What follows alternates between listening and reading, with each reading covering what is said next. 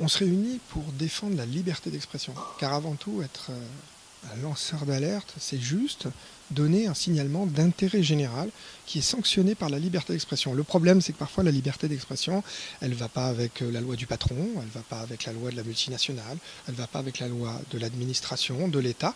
Et donc le problème, c'est que le lanceur d'alerte, qui pourtant lui a juste exercé sa citoyenneté, se retrouve placardisé, viré de son boulot, sans argent, voire parfois menacé physiquement. Donc aujourd'hui, on est venu ici les défendre, lanceurs d'alerte du continent ou de Corse, où vous voyez Snowden avec le film aujourd'hui, c'est largement international. Au niveau national français, quels sont les types d'alertes qui ont pu faire licencier certaines personnes ? En l'occurrence, tout ce qui s'est fait autour de la banque, Stéphanie Gibault, mais Céline Martinelli, qui est là aujourd'hui, qui a lancé l'alerte sur la banque Pache, filiale du Crédit Mutuel, un documentaire de Nicolas Vescovaci, a été virée avec 2 autres personnes pour avoir juste dit il y a de la fraude dans mes comptes et je suis tenu de le dire. En plus, c'était son obligation. C'est comme Stéphanie Gibault, elle aurait pu être sanctionnée de ne pas l'avoir dit. Mais elle le dit, et elle perd tout. Vous avez Karim Ben Ali qui aujourd'hui a dit stop, je ne déverserai plus de déchets toxiques pour ArcelorMittal. Donc normalement c'est lui qui doit être protégé. Aujourd'hui il n'a plus de boulot, il est à la rue. Alors aujourd'hui il y a d'abord un cartel d'associations sous l'égide d'Oumani, mais un cartel d'associations, où les Levante, Crima, Alte Libera, toutes les associations corses de lutte contre l'environnement, qui sont ensemble pour proposer déjà une alternative à ces lanceurs d'alerte qui sont broyés par le système. Donc déjà, cette notion de répondre collectivement pour défendre la liberté d'expression et pour se défendre des menaces, c'est déjà vraiment le premier message de cette journée.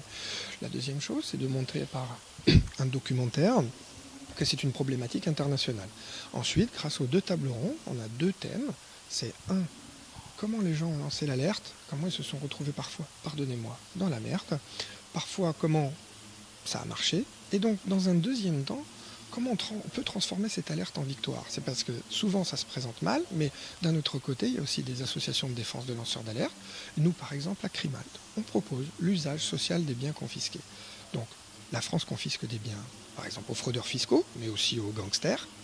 Leur bien doit être mis à disposition des associations.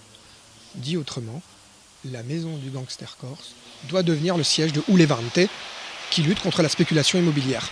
Pour les personnes qui nous écoutent, qu'est-ce que vous avez à leur dire si elles ont un problème au travail par rapport justement à quelque chose qu'elles ont dénoncé, etc.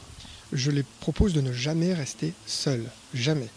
De faire attention dans un second temps, avant de lancer l'alerte, de penser à la preuve.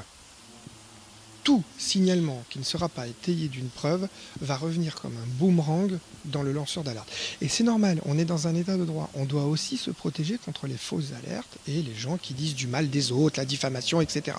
Donc avant de lancer l'alerte, vous devez d'abord faire la preuve, trouver des documents, filmer, etc. Ne jamais rester seul, vous entourer des associations et bien réfléchir avant de lancer l'alerte, c'est très important.